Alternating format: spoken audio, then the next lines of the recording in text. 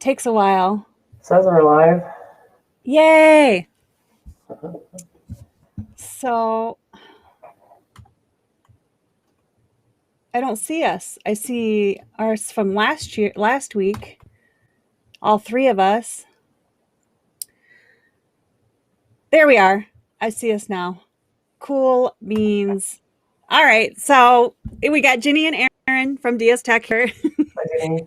And we're going to talk about images for the web. Our title is Image Size Matters. And I think that's what we'll start off with right away. Me and Aaron were just talking before we came on live about how with your actual cameras, right? You take pictures at the highest resolution possible because you can always scale down. Correct. I believe even our smartphone cameras have some capability to take high resolution images. And the thought behind that is if you're going to use that image anywhere really, you want a high quality one because as Ginny said, if it gets bigger, it gets more garbly and blurry. If it gets smaller, you retain that resolution and the image is nice and clean. Right. It's easier to deal with them. And then when you're printing them out too, if you're making any kind of photo projects, photo GIFs or books, or just plain out photos that you want to put on your wall, you'll have more choice in sizes too. You know, if you take low resolution photos, you're only going to get a little picture like this. So. No, you make a really good point too with some photo editing. Any photographer is going to shoot their images at a very large file size, a raw file size, and that allows them to not only manipulate the image, but because it's such a large file size, they can really get to those pixels and edit the colors or edit, certain things. I think of the sky, make that more blue in some instances, or the colors, bring those colors out, and then that large size allows you to do that very easily. Yeah, if you go to our blog, you'll see there's an article in here and they show you the difference. Like if you start with a small image and try to make it bigger, it's all like pixelized and blurry. So then the next part of our little topic here is using image formats. There's several different kinds of formats. The two that I know the most about are JPEG, JPEG. I don't know what it stands for. Does it say in there? Oh, it does. Joint Photographic Experts Group. Yep. Not that I would ever remember that. And then the second format is the PNG, which is Networks Graphic. Okay. The biggest difference in my mind when I'm using images on the web, JPEG is smaller, so they don't take up as much space bandwidth wise or on your blog posts or Facebook posts or whatever. The PNG is nice for when you're editing photos, or maybe you're making a promo photo for something and it has a transparent background. Right.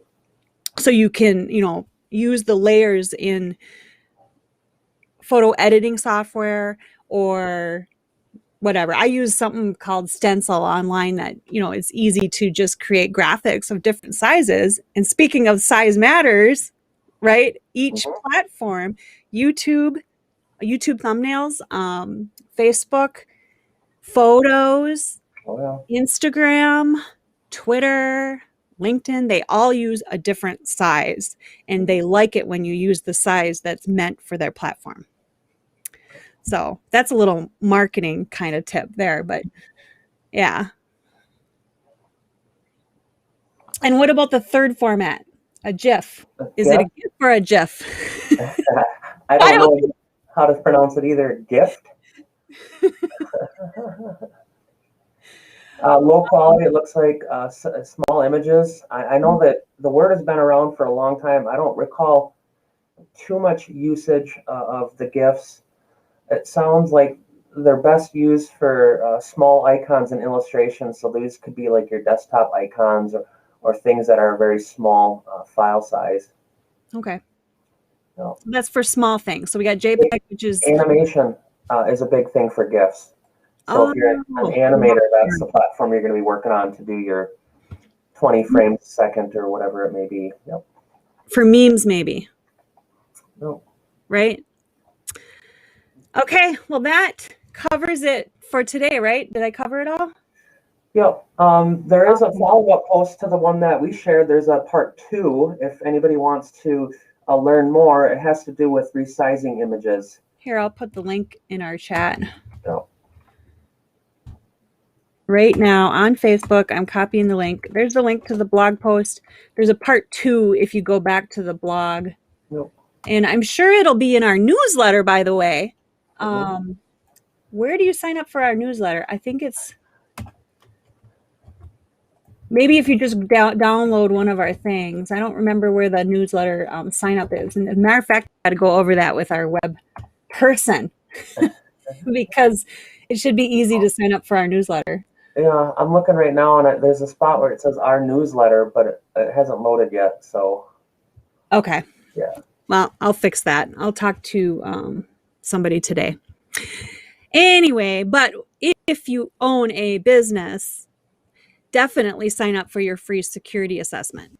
Yeah, That is right on our webpage at dstech.net.